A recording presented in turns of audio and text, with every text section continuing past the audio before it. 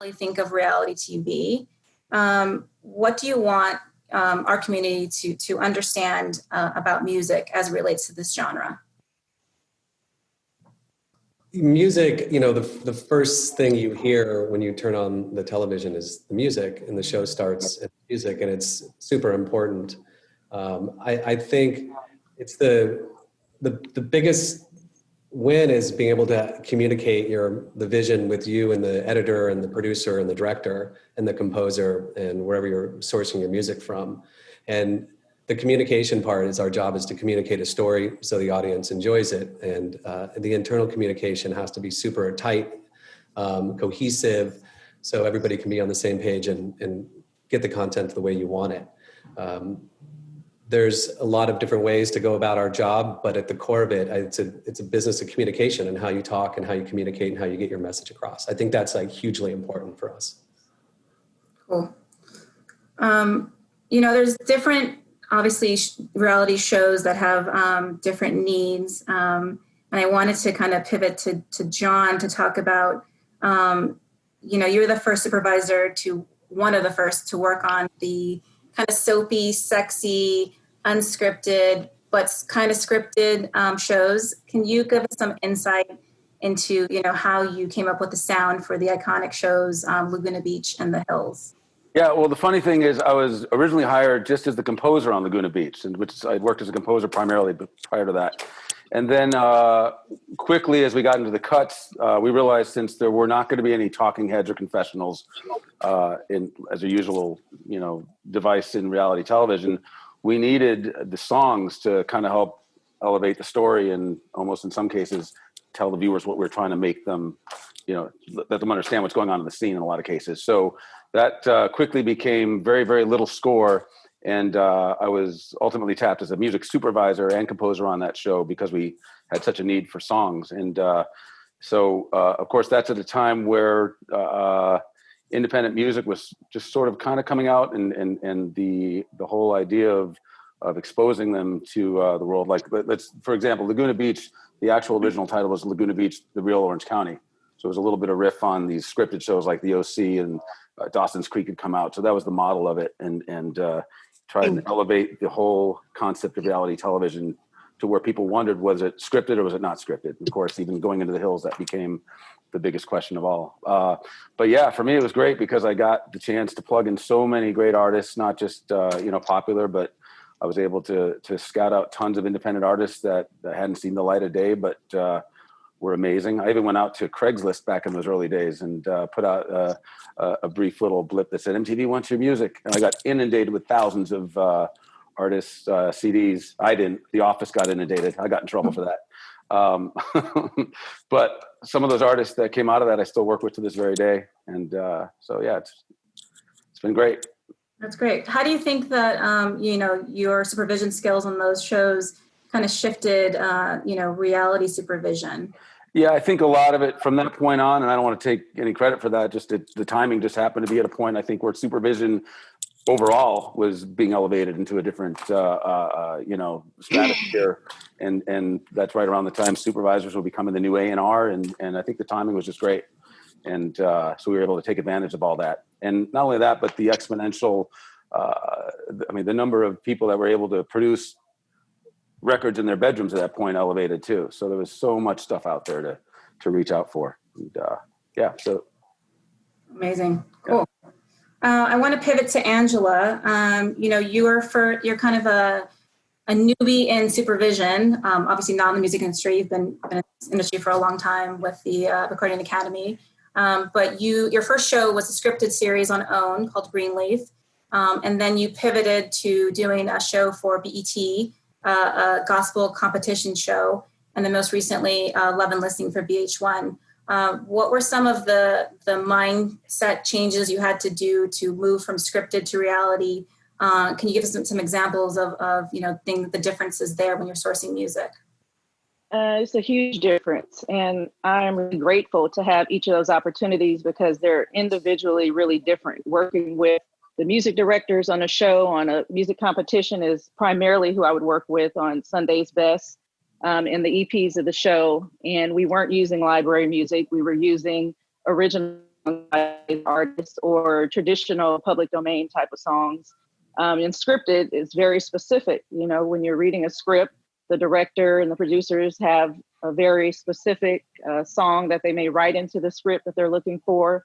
I didn't use the library a lot on either of those shows. I really used really mainstream artists and today's music, old music that I had to actually license. When it comes to reality TV, it was the total opposite of what I had been doing on the other two shows, which I heavily relied on the library with Viacom to pretty much pull majority of the music. You know, it was actually a fun thing for me being a DJ, getting to go in your library and create these hard drives for the music editors. So on reality, I mostly worked with the music editors and the producers. So it's totally different experiences in all three avenues. Cool. Matt, I think you've had, similar experience coming, doing both scripted and reality. Anything you wanted to add in terms of, the process and the way you approach each? Yeah, I mean, this job is about being a problem solver above everything else, but there's definitely some, distinct differences in the way you approach a scripted series or a film and an unscripted program. So at Comedy Central, we have scripted stuff like Awkwafina's Nora from Queens and Drunk History, and then, some of the new animated reboots like Beavis and Butthead or Jody. Then on Paramount, we have some unscripted stuff like Bar Rescue, Ink Master, and that's just in my little, section of networks. There's so much. So, there's a lot of opportunity to see shows coming together from the ground up and how we, approach them differently. The biggest factor is knowing what to predict. In scripted shows, you have, so many drafts of the script. You might have storyboards. You have a composer on board early. You can typically highlight where the major musical moments are going to take place before the camera even starts rolling. This allows you to go a lot deeper, with the creativity. You can have original songs composed for specific moments. You can cut scenes to a specific song or compose the picture. You can tell a story through, the music using all of your tools. But on the same hand, there's also so many more people involved, typically for me, in the collaboration on a scripted series. That's good and bad. It's good in that there are more layers of creativity to tap in. The network wants to spend on a premium composer. Awesome. The director's close friends with a really cool band. Super. The star of the show wants their character to perform a song on screen. Amazing. But the EPs have thoughts on music. The director has thoughts on music. The network has thoughts on music. It has its drawbacks with so many chefs in the kitchen. But with unscripted, you're flying so fast and things are so crazy. There typically isn't time for, 5 rounds of notes from the network and constant revisions. You're really flying by the seat of your pants and just trying to get it all cleared. So I will also add that you'll probably have less nights where you're having anxiety dreams about clearances because you have an impossible clearance due in 2 days before they lock the cut with scripted shows. You just have more time. Your vision will be, naturally more complex. You'll have challenges with a higher degree of difficulty with scripted, but you'll have more time to pull these things off. Oh, cool. Yeah, I think, having reality TV and all the nuances around the time, the turnaround is something that I want to get into later, because I think that's something that we should discuss in terms of how quickly you're going to have to pull things off when things go awry. But we'll get into that later. I wanted to go to Jen. I have a fun question for you. Are you there, Jen? I'm here. Okay, cool. So obviously you oversee a variety of programs and variations of reality TV. So unstructured reality, structured reality, traditional documentaries. So in the industry, sometimes these reality categories are kind of grouped in as one category. I think the Emmys this year, there's separate unstructured reality versus structured reality. But even within the guild, I think we put competition shows together with something like a Siesta Key. Why do you think that is? And do you agree that it should shift into a different direction? Yeah, you're right, Rochelle, looking at that small, there's some marketing stuff in there. I think there should be, to me, a Pawn Stars is really not, it's not the same at all as the Dance Moms competition show or our game competition show, but everything's into reality. That goes back to the last point that you made. I think with the more reality type shows like a Pawn Stars, and even at this point, Married at First Sight, there's just so many music changes over and over again. It has that reality sound. But Mountain Men is an unscripted show that we purposely put a more cohesive scripted sound in with less changes. And I really wish all of the shows would go more in that direction, in pure, how would we call it? More of the Pawn Stars type series. So, we work on so many different, Surviving Jeffrey Epstein, that's the doc. Dance Moms. Yeah, I do think that things deserve their different lanes. And again, like my overall point is, I do wish that we would change with the pure reality shows and give them more of a scripted sound. We try to do that, but as the person before me said, you're up against the gun. There's many editors editing different editors editing the same series, different episodes at the same time, and it's difficult to have a more cohesive, scripted, mature sound. Dave and John, I'm curious that you got your guys' thoughts on that question in terms of, the way that reality is kind of grouped together in one category. Yeah, 100%. I'll speak to that. Well, especially we're brand new to the Emmys, obviously, and I think the Guild has done a great job with so far separating the different genres of television out at the Guild Awards. But the Emmys, how is Cheer, which, for example, won Best Unstructured Reality Show, and how's that going to go on a music front? How's that going to go up against all these amazing shows on network TV that have incredible budgets and et cetera. So I think it needs to be drawn out separately in as many categories as possible. Look what we did this year. We had 4 or 5 nights of the Emmys online. That was great. They don't have to worry about the, limitations of a 2-hour show. And sorry, guys, we can't fit you into the show anymore. We can do all the creative arts awards that we want, especially in this day and age. So I fully think they should be separating them out by genre. Yeah, competition shows should not be going out together with docs or docu-soaps. Those should be separated for sure. Guild also next year. John, I'd like to. Yeah. Just speaking to that. What? Oh, sorry. I was just going to say, John, he wins for best placement of "Catch Me I'm Falling" in the open for Cheer. I love that. Right. That song can't get off the playlist. We basically we mined every retro song on the planet that could fit with a jump or a fall, and that one happened to land. So, yeah. Angela, I think you had a thought. Yeah, I just wanted to speak to that from the Recording Academy standpoint, because I oversaw television and film for the Academy and all the awards that were given out for Best Song for Motion Picture Television and soundtracks. And at that time, there was someone that came in with a proposal to actually have a separate TV category versus film, because normally the projects that are films are getting nominated and they're obviously outweighing television projects. That hasn't happened on the Academy level either yet that I know of. But now I think we're in a different place with television than we were at that time, where maybe it wasn't enough material out there for them to consider the category. So I think what you're saying in terms of departmentalizing, music in that way, where we are with as much content that's coming out today, it makes a lot of sense to do that. Cool. I want to shift gears a little bit and go back to John. You mentioned Cheer, and I think in reality TV sometimes we have cast members that are controversial. I guess in every facet of entertainment. Reality stars behaving badly. Yeah.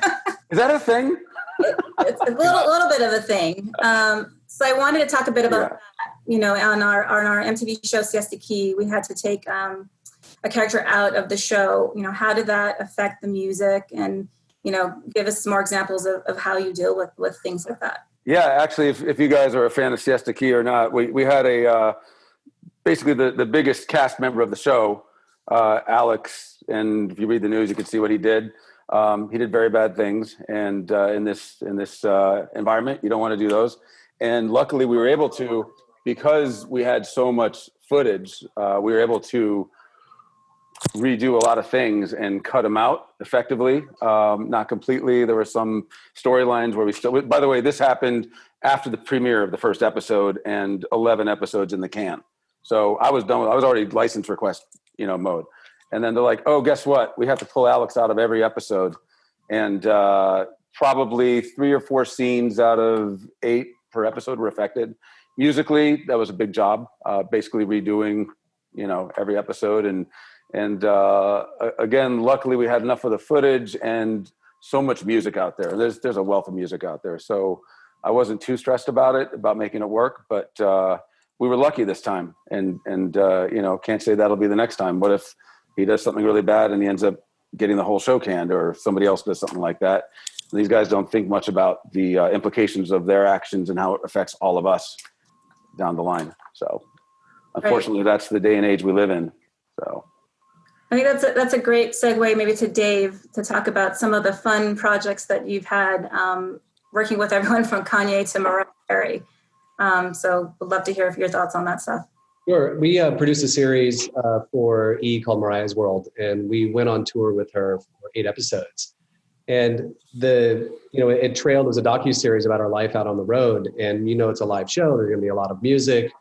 And the real big challenge, where there's not a lot of rights holders with her music, there's just a few, but the catalog is massive. And then there's also, those songs are expensive, and she's a talented artist, and the songwriters and the people who put together those recordings are talented folks, and they deserve to be paid. So the challenge was on that is Mariah actually, and that was really easy. And we just came up with a list of songs, and she said, okay, we can go with these. And then the clearance part was tricky, because in my clearance line for any of her songs for the show was $0. So I had to figure out how to get money when we started at 0. And it's the task of going between the network and then the rights holders. Because if I go to the rights holders and say, how much does that cost? And I'm going to get a number. So I know I need to get a number from the network in order to go back and make that happen. And I think that's a big part of, like Matthew was sort of hitting on it too, we're problem solvers, and we have to figure out a way to do that. And our value was beyond just finding a great piece of music for a scene or a main title. It's just like really trying to figure out how to make that work. And I understand the network doesn't want to spend a lot of money, and I know that the rights holders are going to want some good money. And so putting that together, that deal was great. And we'd worked out something where we had 15 of her songs that we could use. And in each episode, we could use 3 of those songs as many times as we wanted to do. And then at the very end, we went back through and sort of prorated what we used and what we didn't use and split that up amongst the right holders. And then I wanted to retire, but I still had a job, so I kept going. So that was a lot to do. And I'm just, again, grateful for our clearance team and everybody who can help work through that. I really love more than anything is when I have a situation like that and I can go back and forth between everybody and try to sort that out.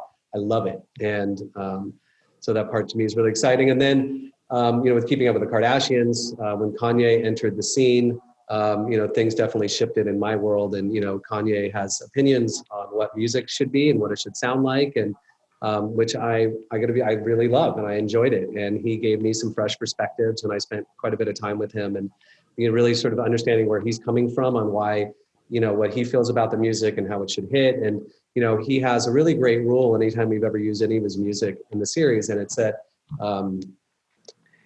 he doesn't want anything negative on either side of the music. And he just wants to make sure when his music hits you, it's going to not be surrounded by anything negative, which I get. And he's, is his own guy, he's his own artist. And then there's times where he will text and say, the music's terrible, you need to change it all, it's horrible. And then, so another, I think, great trait of a successful music supervisor is okay, and you don't get your feelings hurt, and then you just go back to the well, and then you just start your process all over again, and you just try to make everybody happy. Our big goal, when you're producing a series with talent, is that you have to share in the whole creative part with them, and you want to make more series, and you want to get to the 20 seasons we've gotten to with the Kardashians, and you can't do that by being combative, and you have to figure out a way to work with folks and understand this is their face, their livelihood. I'm on the other side. I mean, today I'm here, but you're on the other side, and I'm hiding behind a desk all day, and I'm not putting my isness out there for the world to digest and to scrutinize and to think about. So I really respect that. All of the cast members that have ever been on our show I really understand where they're coming from when they have notes and thoughts about the music. That's a big deal when you decide to put yourself out there like that. So there's been some really like, not like the experience, when you're on the Kardashians and you get a bunch of notes from Kanye. It's, it's like jumping for joy and going home and like kissing my wife and saying today's exciting. You got to work through it, and it's a whole thing. And but at the end of the day, you just push forward and you figure out how to get it done. And you hired new composers. You work with his team any way you can to make it happen. So a little bit of friction is always great in the process, because then you know where you're going right and where you're going wrong. I don't have any problems and enjoy it. Yeah, I love the positivity as it relates to talent asking you to put their music in a series, because I feel like that, especially on ViacomCBS shows, we have a lot of reality shows centered around musicians, and so we navigate that a lot. And I wanted to kind of connect with Angela on that piece, because for Love and Listing, you had to deal with that in terms of the cast members having music that they wanted placed. You were asked to place some of that music from the talent into the series. Can you just give us some insight into, the nuances and politics around that conversation? Yeah, I mean, a lot of the featured special guests on Love and Listings were clients buying homes. And of course, Safari was one of those clients, but he was actually looking for a space to film his music video. So in this particular series, a lot of the celebrities are looking for spaces to film, not just to purchase. We had Ashanti. We ended up not using any of her music, but we did use Safari, obviously, in this scene. He was filming. We ended up using him in 3 episodes. I had to license individually, and I just thought we were going to use it in this one episode. There were times where we wanted to find songs with special guests that we end up not even using. We cut out. So there's cases where we try to put them in, and there's cases where they don't make it in. Suge Knight's son, Jacob, he's obviously from the Suge family lineage of rap and hip hop. So he ended up putting 2 songs also in the season. And there's just basically directives that came from the EPs on the show where they wanted to use specific producers to come in and place the music for them as well. So I really relied on taking direction and briefs from specific scenes that they wanted to find the right union for that particular scene and find something that worked. But like I said, majority of the music that we did use this season were library Viacom stuff. So, but we definitely did try to fit in some of the special guests that were coming on each episode. A lot of things to navigate that, like in other shows you might not have to deal with. So that's definitely something for reality TV that we manage all day. I wanted to shift to Matt to talk about things that sometimes we are not, come up out of the blue that we have to manage. So, a lot of the shows that I've worked on from like a doc or unscripted perspective have been, very music centric. And they've often had subjects that were, artists themselves as the primary, character subject, whether it be like Action Bronson, like on Fuck That's Delicious, or Kendrick Lamar or Neil Diamond. Some things are always consistent, when there's a music subject. It's no surprise that musicians love music. They love talking about it. They love quoting songs. They love randomly breaking into a verse. They love interacting with other musicians. They love going to studios where artists are working. This is the perfect scenario, really, for kind of capturing the world of these types of subjects, but it's often really, really tricky as a music supervisor. There's nothing worse than a song appearing in a key scene and not being able to clear and having to scrap the whole thing. So I have a few techniques that I usually use when working with these tricky, but not atypical situations, because they do happen, as you all know. My first bit of advice is, as referenced in the clip, having some kind of relationship with the subjects if possible. This is easier said than done, obviously, but like over the course of the season, through communication with the director and the field producers, Action kind of began to understand that, his amazing wit and humor would be wasted on the world if he didn't consider the music clearance situations before he broke into a song. He knew it was kind of like a constant concern for the post-production team. And in the clip, he sort of realizes like, hey, sorry I did that, but it was fun. So like, please clear this. But, that's him like, that's like me in his ear saying like, Action, come on, like don't don't make that joke with the Beatles lyrics in it. Like, don't do it. So, I like to think that kind of relationship with the subjects and the producers, is helpful in situations like that. It saves you down the line. Secondly, have an even closer relationship with your editors and your audio finishers. You have to be in that booth, flagging issues, giving recommendations, making adjustments constantly. Some of these folks are absolute wizards with their crafts, and they can remove even the most overt music bleed. They're magicians. You have to be at their side at all times. They're your friends, and they're the biggest filter you have for kind of, preventing an issue before it happens. Once the network sees the fine cuts and falls in love with a scene with a problematic song on it, it's your problem. It's my problem then. Finally, and this has a lot to do with like our research and detective abilities that we all have cultivated over all this time. But, I often respond when someone says like, oh, wow, you're a music supervisor. You must know every song ever. The answer to that is clearly no. But I say, I'm not an encyclopedia, but I know where to find the books. I know where to find the information I need. So, my advice is always the more contacts you have, the better position you're in. Don't be afraid to ask other music supervisors like this wonderful community, other licensing personnel for help. Like, don't hesitate to ask licensing companies for leads or contacts to managers. Be a detective, find the information you need. Hopefully you'll get the job done. I like it. I think you need a separate class. You need to do a class. I could go on and on about this stuff forever. That's amazing. Thank you for that. I wanted to pivot, but is Jen back on? I know she fell off for a second. She fell off. Okay, so I have a question for... No, I'm back. Hi, I'm back on. Sorry. Are you back? Okay, cool. I'm on my phone. Sorry about that. No worries. I know that you have, created custom music for a lot of your programming. I wanted to kind of get into that a little bit and just get some notes that you give people that are writing for reality TV. As far as custom music, I wanted to talk about a few projects. You saw one in the tape, well, two in the tape. I love putting commercial artists together with composers to create score and themes. So you saw that we did it with Gavin Rossdale for Undercover High, which only unfortunately had one season on A&E, but it was a really great show where, like in 60 Days In, people go undercover in prisons. They went undercover in high school. And as a mom, it was quite shocking, a lot of the raw footage and pretty disturbing, but we love doing that. We did it with Ty Dolla $ign. It made sense. We were doing a show with Akil from Compton.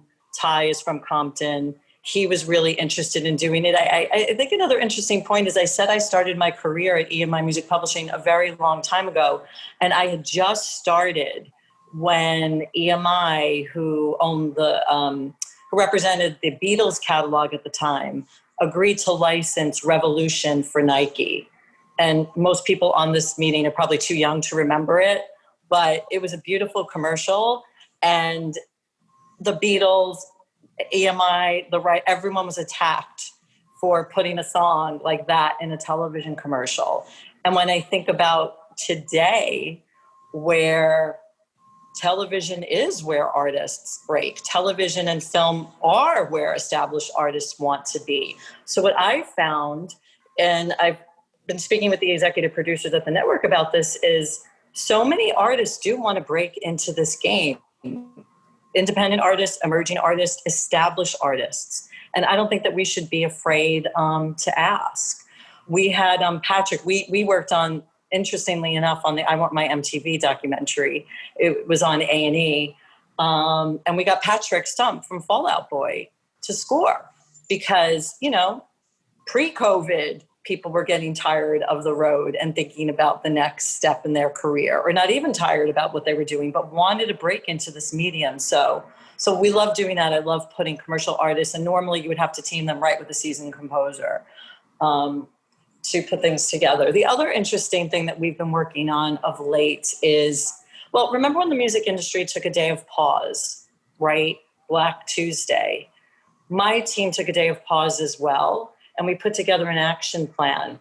And one thing that we really want to do is teach artists, songwriters, and producers the very lucrative game of writing and producing for us.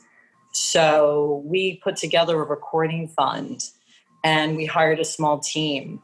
And we started in the Christmas world because we're working on a lot of Christmas movies, as I said. And even though they're scripted, we found that most of the library, we couldn't afford the commercial songs like we were just talking about, or they're complicated to clear.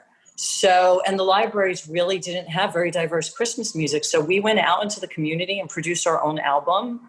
And it is amazing. Like this Christmas, I'm going to have our album played everywhere. And we're doing the same now with a bigger fund and less, not just narrow to Christmas. So we love creating custom music. We love finding commercial artists to bring their sensibility to score. Great. And Dave, I wanted to talk to you about that as well, because I feel like you have the same philosophy in terms of creating music for Bunim and, just kind of giving people a chance to make some money and get some exposure. Yeah, well, one thing what Jen said, she's right. Like, larger artists want to make music for television, and some of them don't know, there's no access point. Like if you're a massive artist, what's your access point to Jen, right? What's your access point to John or any of us?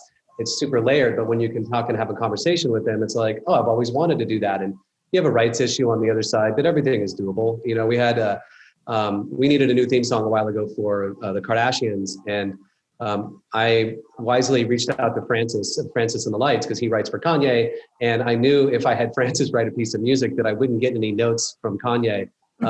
Him. And so I reached out to Francis, and he wrote this really beautiful piece of music. It's called Morning. It ended up being the first song on an album that ended up inspiring him. He was sort of stuck, and he wrote this really great album afterwards. And then I sent it to Kim and Kanye first, and they loved it. And then I sent it to the network because I knew the network said they didn't like it. Kim would say she did. And so we got that through. But, Francis was super excited and really stoked to do that. And that's where, like with Kanye too, and him and his whole team wanting to write music for television, it's just like, what's the access point for them? And also like what you were saying about helping people and get up. And I really believe that, the music supervisors and where we all sit, it's our, sort of our duty to the music community to help, teach people and wrap their head around how to monetize their world and how to get ahead.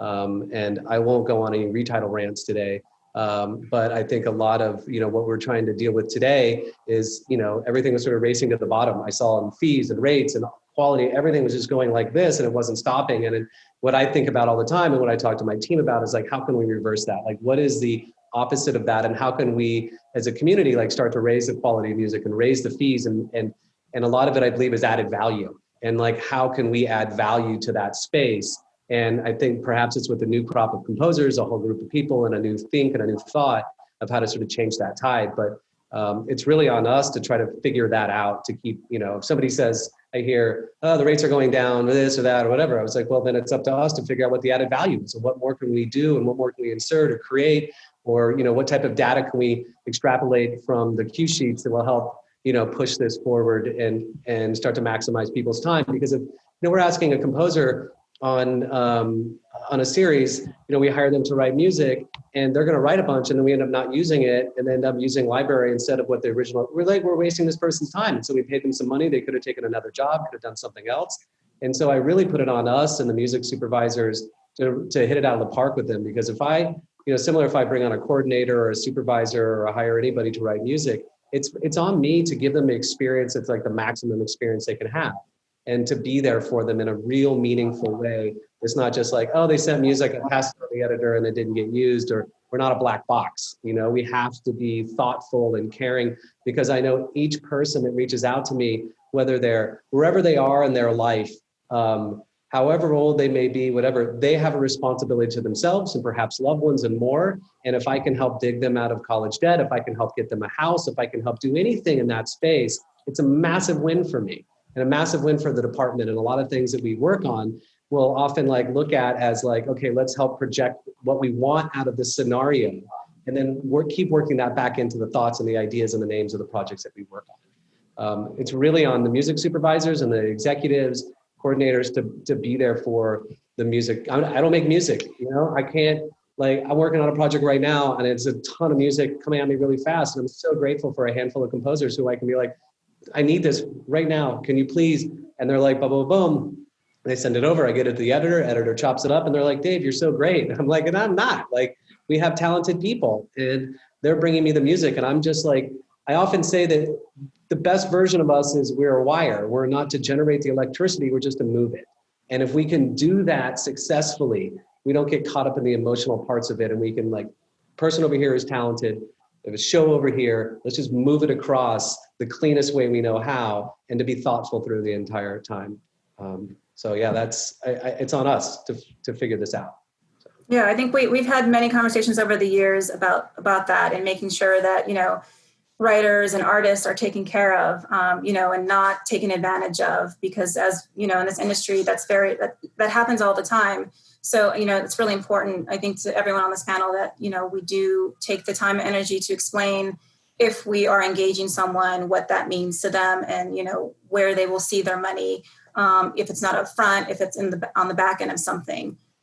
Speaking of that, obviously ViacomCBS, has their own music library in addition to other libraries that we source from, and we create music for our programming.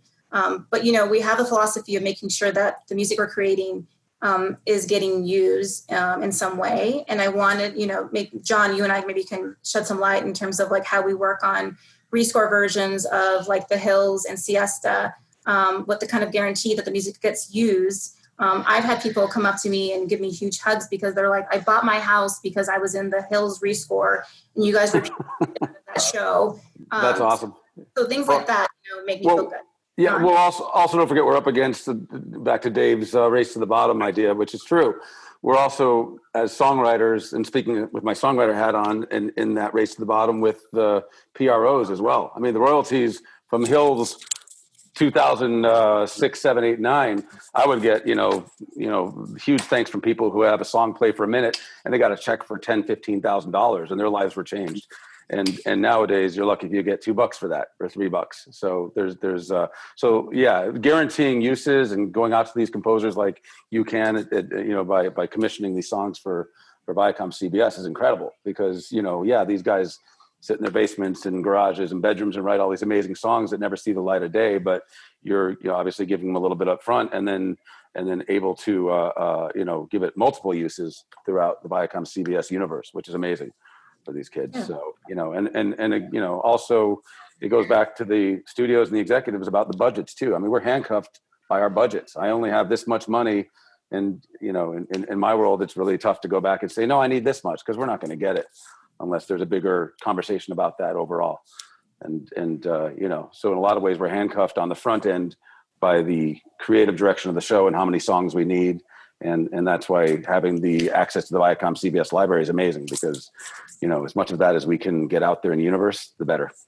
Yeah. And I'm glad we're so, we're able to talk about this openly because I feel like, when I started out, there's things that we couldn't talk about, money and back end and how deals are structured. So this is, refreshing that, the industry is shifting in that, obviously people have more access to information. So that's why it's shifting as well. But I feel like let's talk about these things and, be honest with people about, this business and how it's structured. That is a good segue. Angela, I wanted to talk about, diversity supervision. It's been, priority for me personally, and then I think for ViacomCBS for a long time. But obviously with this year, so many things have happened, and the call to action to make sure that we're hiring more diverse supervisors is something that I see shifting. And I'm very happy that we're able to bring you on to work on Love and Listing that has a diverse showrunner and a diverse cast. How did you approach that? Musically when you're sourcing, did you have that in the back of your mind when you were doing so? I'm sure you did, but I'd love for you to kind of give us an insight into that. Yeah, I mean, I think it's about authenticity, right? Like we're watching reality. So the reality of this show is almost an urban series of African-American real estate agents in Hollywood. They're young, they're, exciting. And we want to listen to a soundtrack when we watch this series that resonates and represents what we're watching. So we wouldn't want to throw necessarily an EDM song, when they're in the club. We want to hear a hip hop song. So those are, the type of directives that I did get from the EPs constantly, and having to remind the music editors a lot of times because they were sometimes leaning in a different direction sonically for that show. So we'd have to go back and rework some of those episodes. But I think just in terms of me and, you know, obviously the music that I grew up listening to, obviously it's authentic to, you know, what I know. So obviously I was tapped to do that in the past. Gospel has been kind of my niche, overseeing gospel for the Grammy Awards for 10 years.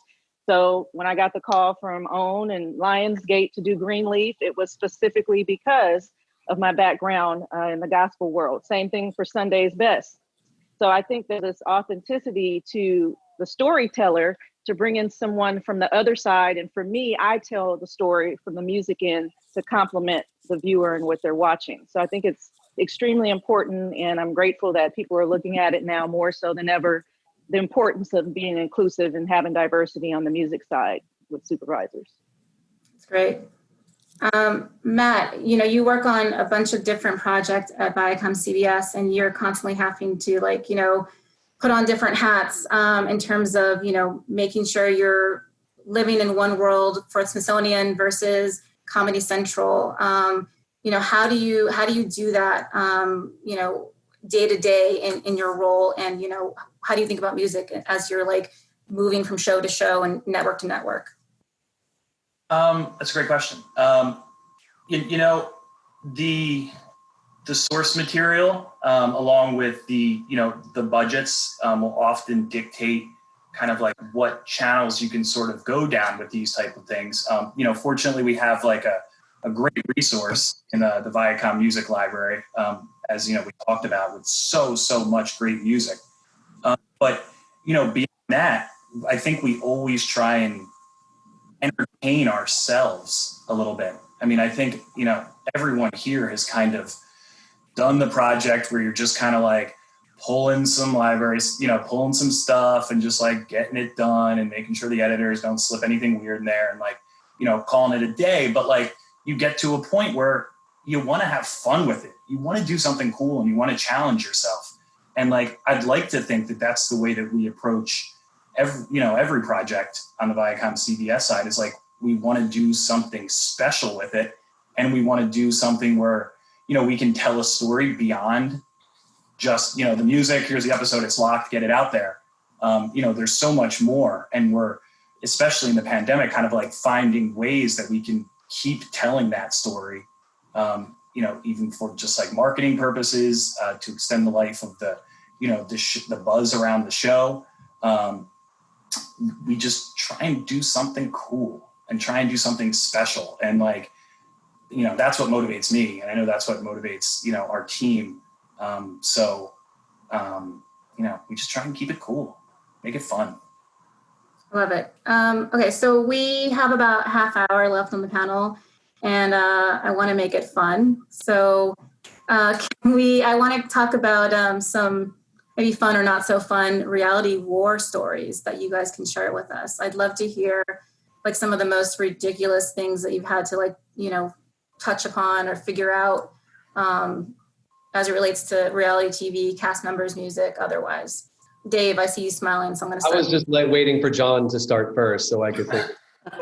I'll go. I got a good one. Go ahead, John. And I love to bring this up because I want to get credit where credit's due, but Laguna Beach used Don't Stop Believin' way before The Sopranos and Family Guy and all those other shows. It took credit. And that was all by accident, because when you work on a show that's got about a $10,000 budget per episode, you don't want to put a Journey song accidentally on the air. But our kids decided to play it because they didn't know what it was. And they played it in the car on a date, Stephen and Kristen, I think it was. And it was such an amazing scene that we're like, of course we have to keep it.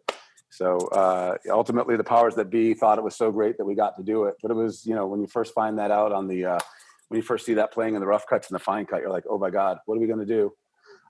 Anyway, that ultimately landed Journey Don't Stop Believing up at the top of the iTunes charts in 2004. So a good, I think, 5 years before The Sopranos took all the credit. I didn't know that wasn't, you know, the plan. I thought. Oh, it was not the plan. No, I gave them a pump box to listen to in the car. Come on, this is 2004. They had a pump box burned to a CD, and they weren't too happy with it. So Stephen was like, let's put this in. They didn't know what it was. That's why it went up the charts. All the 12-year-olds in the world were like, what's this brand new band Journey? I've never heard them before. They're so amazing. And yeah, so that's one of my favorite stories. That's amazing. Dave, do you have one? I'm drawing a total blank. It's been so easy with everything. so far, what would I know? I think like a lot of the comedy, we were talking about like talent wanting music in the show. And so it's often not the talent, but it's like the talent's brother's friend who works at the coffee shop that they go to. I've learned this really great saying. Well, I hear it. It says, if somebody ever tells me I own everything, I know that they don't. It's the easiest way to know that it's like Sony ATV has most of it. It's like, I don't know how that happens, and then when you go down the road, they're like, well, I own my portion. And then you find out, no, they don't even own their portion. So I'd always say, if anybody says I own it all, I know they don't. And then I just go down that rabbit hole and get it clear. So many, I have so many over the years. I'm sort of spacing on them. I hope somebody says something that jars. Were you around for the Road Rules debacle? I've been around. So I started on season 8 of The Real World. And so yeah. Road Rules and Van Halen on tour? Nope, that was not me. Oh, okay. That was Brent Kidwell. Yeah, that was good. Let's get him on here to tell that story. Does anyone else have like a crazy story they want to share? Jen, Matt, Angela? I think I have one. And it just came to me as you guys were talking about, artists like grabbing stuff and like making it, a point. You have to add it in. But I guess my first story is research, finding, contacting, and clearing a song that was found on a CD that was being sold by a singer at a very rural bus stop in the Jamaican countryside. So they picked it up while they were shooting on location. They brought it home. One of the guys one of the artists in the doc fell in love with it, put it into a song without telling us. We get into post-production. Oh, this is the song. Where did this come from? Oh, it's this. And it's a sample from that CD I got at the bus stop in Jamaica. I say rural. I mean rural.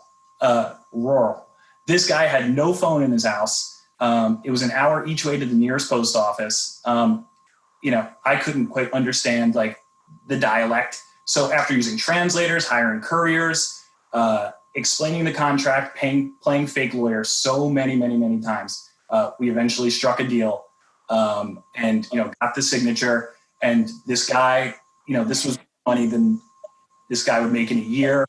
He sent us pictures of his new moped that he bought. He fixed up his house with it. It was just like the craziest thing. It still gives me anxiety, but great outcome. You did it. We had one. We produced a show called Citizen Rose for E! And we told Rose McGowan's story. And there was a march, and there was a chant, and it was a Native American chant, and we had to track that down. And then we finally found the woman living in North Dakota who had it. And the licensing process was complicated because they weren't going to take money for this because like she didn't write it, right? The spirit wrote it, and she just brought it down to the planet. And so she couldn't take any ownership of it, which I love so much. And so we ended up having to figure out how to not license it, but license it. We also have our delivery requirements in the network, Anita, that we always do everything best we can. So we ended up like giving an honorarium and this whole thing that happened that was like definitely not the normal. And my always concern is making sure we get our delivery requirements in the network and there's not going to be any surprises in a year and a half. But I would say one of the coolest things that happened last year, we made a documentary with Kim Kardashian about called The Justice Project. She's helping a lot of folks get out of prison. And there was a writer she wanted me to meet who she wanted to score some of the picture. And so he was in San Quentin. So I went to San Quentin and production had rented me like this black Cadillac and it was rad. So I got to drive like a black Cadillac into San Quentin.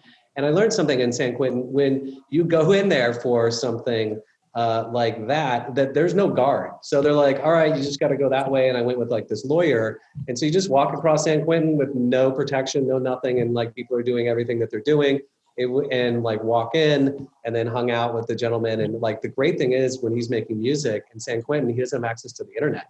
And he's like, no, man, because I was like, I need to hear it. I need to see this, because I have to vet everything for samples. And so I went, he was like, no, I'll have access to the internet. And these are all loops that I made. He showed me his whole process.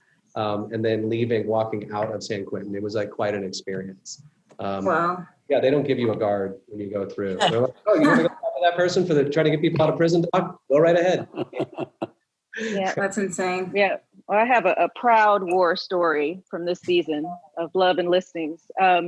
which touches on diversity a bit too. So there's a song that the editors snuck in, and it was 6 seconds, that I ended up finding on the EDO report, and we were close to locking. And $6,000 later for 6 seconds, I ended up spending for this song. There was one outstanding writer that had not signed off on this song. Everyone else had. And so my licensing partner had reached out several times politely by email, sending the license request, and no response, wasn't getting anywhere. And this writer happened to be about 17, 18 years old. Him and his twin brother up north, indie, new guys in the business. They're halfway artists, halfway songwriter, producers, and they don't understand the business whatsoever. They didn't have any management, and they were just handling their own business. And he wasn't able to get through to them. So I stepped in and I was like, I have to, find out what's going on with this situation. So I called him directly. He was in the shower and he's like, I'm gonna call you back. And I'm like, you promise you're gonna call me back? And so luckily he called me back. But as soon as I talked to him, I was able to relate to him. I was able to get through to him. I was able to work with him and explain to him I was here to help him. I was not here to take advantage of him. And he literally said to me, they better thank their lucky stars that they have you in place to be able to speak to me in a way that I can even understand this, because otherwise I would not have even answered the phone and called you back. So luckily, I had to hold his hand through the whole process. We even had to create his invoice for him. It was to that extent to get him to sign off on this 6 seconds of a headache. But, it's a proud moment for me to know that I was able to resonate with him and help him in his stage of this business and be able to get the job done all at the same time. So that was my proud moment. Yeah, that's great. The human connection, you definitely need that, not just emails, to kind of connect with someone if you're trying to clear something. Jen, do you have? I was going to plead the fifth, because every example I was thinking of, the show's still on the air, but I do have one.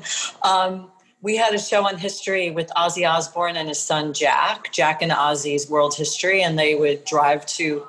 So one day they called me and said, Ozzy was listening to the song in the radio and it's one of his favorite groups and we really want to keep it in. And do you think we could do it? And it turned out to be a Chicago song. I was like bracing myself. We're like, what will this song be? And it was Chicago. And I just thought that was so sweet. And Peter Cetera cleared it. So that's my little story. We are at like 20 minutes to go. I wanted to kind of go through some questions that I'm seeing in the chat. Someone was asking if, what type of music should they be creating for reality TV? That's a broad question, but does anyone want to take that with some advice? Always you're going to win with tension music, hip-hop tension. Hip-hop tension, that's all you need. Pretty much. Am I right? Yeah. Persistence. If you're working on, sorry, go ahead, Dave. No, I was just saying, I feel terrible. I haven't gotten back to so many people, and we're just moving, and it's the folks that are the most persistent.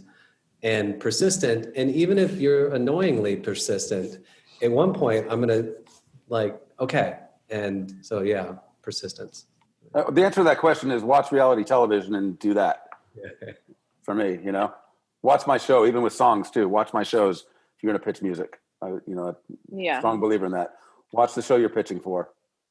Yeah, and also say, in terms of reality, we're sometimes mirroring things that are happening in pop culture. So obviously stay connected to music that is, resonating top 40, or if you see genres coming up, to pay attention to that as well.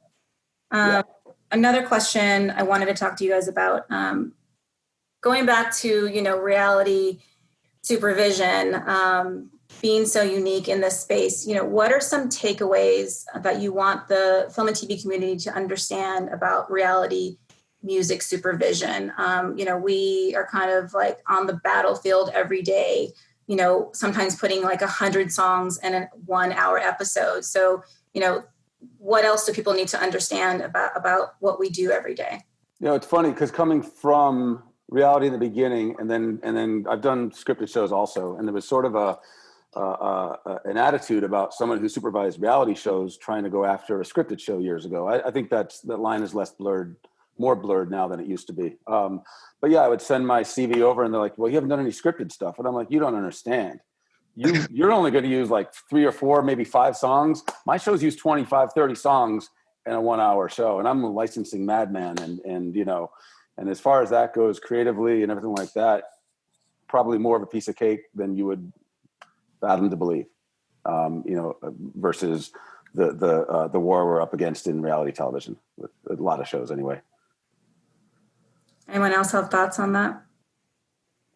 I mean, we're creating, I assume other members of the panel are as well, but for a reality television show, we're more often just doing like our own mini bespoke library for that series. Nobody's scoring to picture, like you can't, you know, again, because of all the cue uses and all the changes. So we're creating mini custom libraries that we add to every episode and every season. So that might be of interest too. I don't know if you guys all work that way as well, but that's how we do it for most of the reality shows.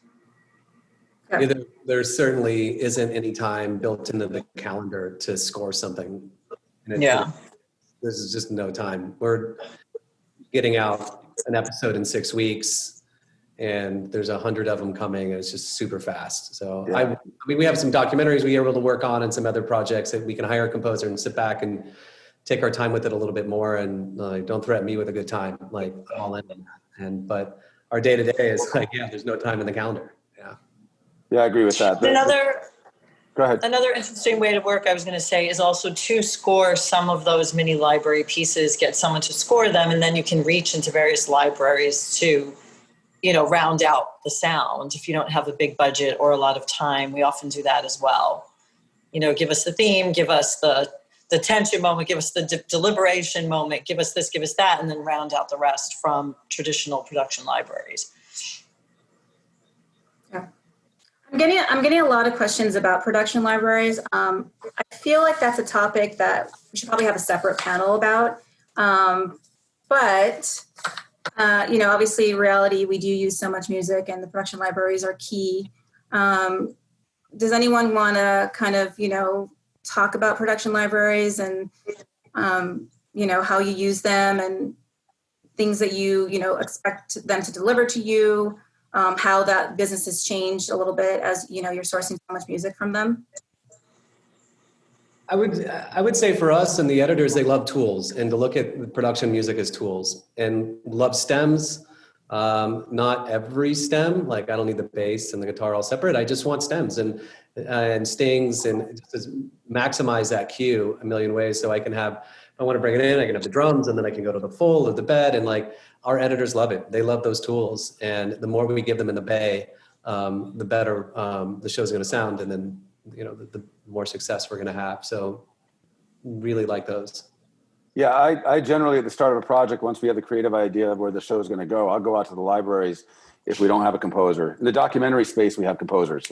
Cheer, Last Chance U, for example, we have a couple great composers on those shows, so I don't have to worry about that too much. But I'll generally go out to the libraries in my, you know, universe and let them curate based on the creative and absolutely get me stems. You're my composer. Get me as much breakdown of each cue as you can. And then I send all that, you know, divided up by genre and moods to the editors and away they go. Because, yeah, we don't have time for the back and forth, as Dave said earlier, with you know, the composer language. So. Yeah. And one of the hidden music supervisor superpowers is the ability to move an editor who is in love with one particular library off of that library onto a different one. That's either has a better rate card or is, you know, just better for the show. Know your libraries to be able to say, well, this one doesn't quite work, but how about this one? Or like this one has the terms we really need. Try this one. Know them all. Spend some time digging around and just really be familiar with as many libraries as you can, because you'll probably run into that situation. Yeah, I mean, to that vein, we often will get complaints that, you know, they're hearing the same music over and over again from libraries. But to me, sometimes I don't want to use the word laziness, but I can't think of a better word right now, but editors just constantly relying on those same cues that they know. So one of the services that we provide is we dig deeper within the libraries.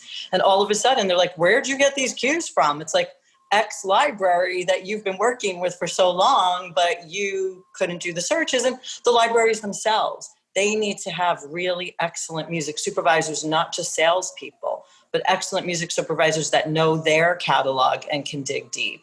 I mean, we had an Academy Award winning director on this 6-hour special on Watergate, and he could not settle on a composer. So he hired a brilliant music editor, and the entire thing was scored with our libraries, and it sounded amazing. So it can happen, it can happen. Those drum and bass stems are magical. Oh, yeah. Yes. Yeah, I think just another point on the libraries, for ViacomCBS, we make sure, we have our deals with traditional libraries, but we are very focused on sourcing, and partnering with boutique libraries too, to kind of, make sure that we are providing a diverse roster of music. And again, to the diversity point, making sure that the music is authentic and created by artists and songwriters that, really understand the culture in which, we're using the music on. So that's another point I wanted to bring up. Yeah, and I can, obviously, Rochelle, I can attest to that for you, because you guys I actually have a music partnership with someone in Atlanta, and she created a movement called the Earth Girl movement down in Atlanta, where we, just had women all over create music, come into our studios and create music and continue to create music, write, produce. There's mentorship, and Viacom supports them. Their music is in the Viacom library. We're happy. John's using it. Everyone's using it. So you guys, thank you for doing that. And you did it years ago. Of course. Cool. We have a few more minutes left. I wanted to just, just going around the room to, unless Joel, you had something to say. I saw you light up. No? Okay. I wanted to, have you guys just talk about your most, your favorite memorable project, like your favorite music supervision project. And we just wrap it up that way. Dave, go. Sure. We made a movie for New Line Cinema a while ago called The Real Cancun. And it is in the Guinness Book of World's Record for the fastest movie ever shot and in the theater. And it did really well in DVD. Anyway, it was fascinating because we went down and we did like a real world, but like a heightened, and I had booked Snoop to come and play in Simple Plan and another band on Atlantic back then called Hot Action Cop. But it was like going down there, having that experience, and then getting back, and then we were racing against another project that was at Universal, and we wanted to beat it. So that was insane because I remember that was like in the era of like LimeWire, and it's in the middle of the night, and we were editing and got this thing done in I think 9 days. And so when it's 2 a.m. and you need a new song and you can't find it, there was no access for that. I couldn't call anybody, so I would just go to LimeWire and like get these like really terrible music files. And we ended up, our music budget, I ended up like getting so much money because we needed to make it real and authentic because I had everybody on that. And I think we ended up spending like $2.4 million on the music. It was insane. But I got Guns N' Roses and I got Nelly and I got and Snoop was in it, like a massive thing. But I remember we were on the mixing stage and somebody's like, hey, are these still the MP3s that you got from LimeWire? And I was like, I think so. So like, and we were in such a hurry. I just like went up the street. We were like in the Culver City area to the Best Buy and bought the CDs and came back. And then we did an A/B with what was on the CD versus what we'd already had. And then everybody went with the LimeWire tracks. And they were like super compressed and like had that temp in their ear. But yeah, I'll never forget that time. It was like crazy. It was fast. It was exciting. And then it went to theaters and nobody came. But it was an awesome time and a great experience. And to be able to use like that type of in an unscripted project was awesome for me. It was like, so that's something I'll never forget. Amazing. Matt. So I guess part of I've worked as both freelance music supervisor and, on a network or company-wide in-house basis. And one of the big benefits of working at a company or network is you're forced a little bit more out of your comfort zone than you typically would tiptoe into, someone has to supervise the show. If it's greenlit, someone has to dive in. And while it was advice, I took on a show called My House. And it was about the ballroom and Vogue scene. Since, popularized a little bit more by Pose. But it was such a unique and niche subgenre of music.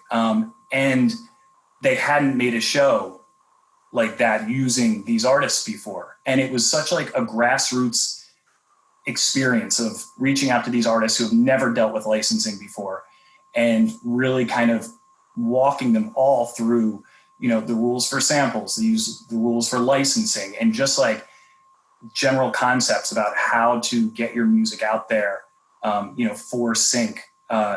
And it was such an amazing experience. And I met so many, special underserved artists who, have gone on to, much bigger sync opportunities, through what I believe some of the goodwill on that show is I booked, another show for HBO Max that was based on like this similar genre. And it was, it just continues to kind of like give back, to me, as much as I can put into, having relationships with this, like this little niche, subgenre.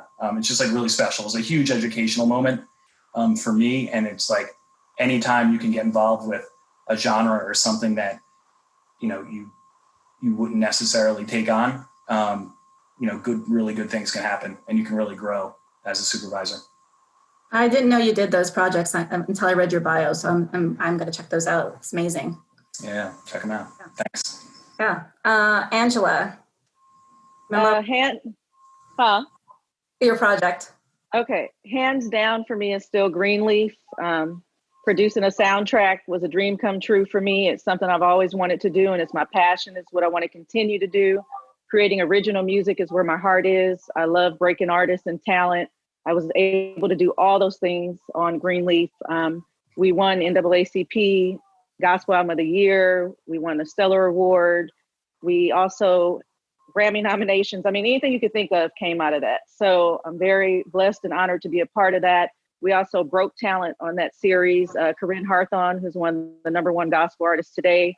We did #1 for 45 weeks on Billboard, first female ever as a gospel artist to be #1 that long with her song, Won't He Do It, which I A&R'd that record for the series. RIAA certified gold plaque, I mean, you name it. So things like that, breaking talent, finding a space and a home and a platform to leverage their career is really, what I want to continue on that path, but also finding a path for gospel artists because there were no major network shows that catered to that genre and that music. And going back to libraries, there was not a lot of gospel music that I was able to find in the library. So a lot of my expertise relied on the relationships that I did have and the relationships with those artists that were either up and coming or established on that side of the business. But that's my heart, that's my passion, is creating original music. And I was able to do all of those things on Greenleaf. So. Love that, amazing. Okay, Jen, you're up next.